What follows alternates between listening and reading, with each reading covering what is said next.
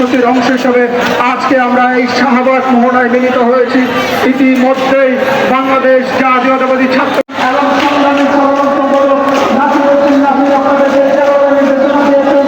আমরা আশা করি আপনারা, আমরা বিশ্বাস করি আপনারা আজকের এই ছাত্র সমাবেশের শুরু থেকে শেষ পর্যন্ত অত্যন্ত ধৈর্যের পরিচয় দিয়ে আপনাদের প্রতি যে নির্দেশনা দেওয়া হয়েছে সেই নির্দেশনা বাস্তবায়ন করবেন। আপনাদের জন্য যে স্থান নির্ধারণ করা হয়েছে সেই স্থানগুলোতে আপনারা বসবেন। বাংলাদেশ জাতীয়তাবাদী ছাত্রদল কেন্দ্রীয় সংসদের কাছে যে বিভিন্ন জেলা দায়িত্ব দেওয়া হয়েছে আপনাদের ইউনিটের সাথে নিয়ে, আপনারা আপনাদের দায়িত্বশীল ইউনিটকে সাথে নিয়ে আপনারা সেই জেলাগুলোর সাথে আপনাদের নির্ধারিত জায়গায় বসে আপনারা সেখানে অনুষ্ঠানের শুরু থেকে শেষ পর্যন্ত আপনারা থেকে তাদের জীবনের শেষ বিন্দুতে আন্দোলন সংগ্রাম করেছে।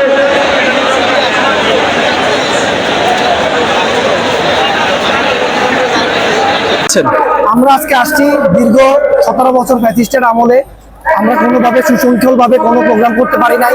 আজকের এই মানুষ দেখে আপনি বুঝতে পারতেছেন যে মানুষের যে ঢল, মানুষ সহসংগতভাবে সবাই মন খুলে বা আজকের এই প্রোগ্রামে সবাই অংশগ্রহণ করছেন এবং মানুষ বোঝাতে যাচ্ছেন যে বিএনপির জনপ্রিয়তা কিন্তু কখনোই কমে না।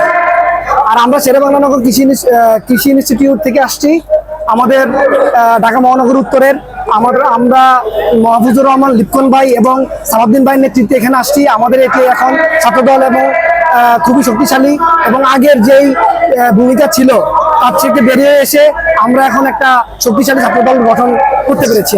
তো এই সমাবেশ থেকে আপনারা কি বার্তা দিতে চান বাংলাদেশের জনগণকে? সমাবেশ থেকে আমরা একটা জিনিসই বার্তা দিতে চাই, বা বাংলাদেশে এখন যেই একটা সিচুয়েশন চলতেছে আপনি দেখতেছেন, সবাই শুধু বলে যে সংস্কার করবে সংস্কার করবে, আসলে সংস্কার নামে কিছুই হচ্ছে না।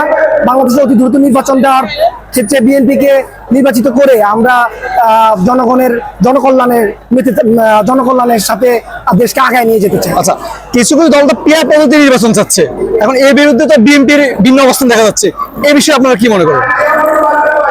এটা আসলে আমি খুবই ছোট, এটা সম্পূর্ণ বা আমি মনে করি সিনিয়র নেতৃবৃন্দদের সিদ্ধান্ত।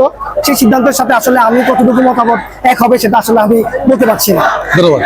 ধন্যবাদ।